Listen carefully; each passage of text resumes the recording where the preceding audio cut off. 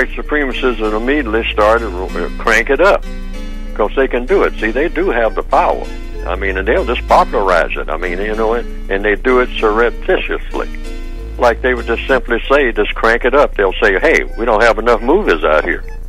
We don't have enough songs out here. We don't have enough of anything. Hey, we'll just recycle some of the other stuff that we've been doing and some of it that hasn't really died out, but we'll just glorify it more. That's all. Anything destructive. Pick out about 15 things that are absolutely destructive among these people and just dump it on them. Dump it on them in the schools and everything. Popularize it. Write some songs, I mean, that says that this is what you're supposed to be doing when you're growing up.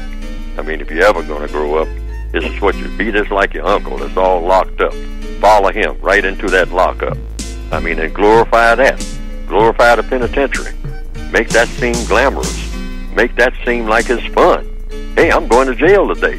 That's fun. Man, hey, that's the place to be. That's where all the action is. Black culture.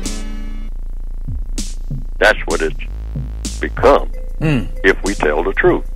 But to counteract that, I'm saying the most important thing that we can do right this minute is, and I'm going to put it in a graphic way, when you see black people coming, go the other way until you can figure out something constructive to say or do if you're going to come anywhere close to that black person.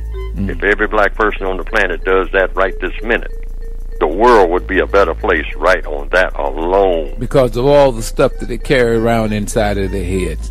Absolutely. All of those years of programming. The first thing you'll notice is how quiet everything got. Yeah, all those years of programming. Yes. All of that stuff is designed to produce a certain kind of product.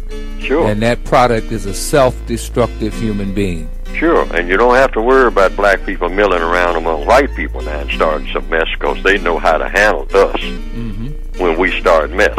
Now, they'll let us get away with a little bit, but 15 or 20 black people around a sea of white people, and they start some mess, you know what's going to happen. See, they know how to put us, make us act like we got some sense. And we know that. That's why we don't like to be around white people, if we tell the truth. We like to be around each other because we can get away with mess. White people are not going to allow us to get away with mess.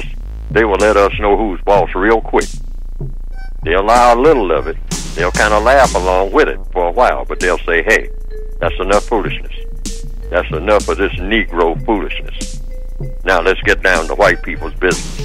We need to stop being around each other unless we have something constructive to do or say. Stop talking to each other unless we have something constructive to do or say. Keep that distance, and we would improve instantly. I mean, overnight, the world would change. Just on that alone. Not to say anything about doing other things. It will be coming at you, but if you don't have any way to transfer it, it will die.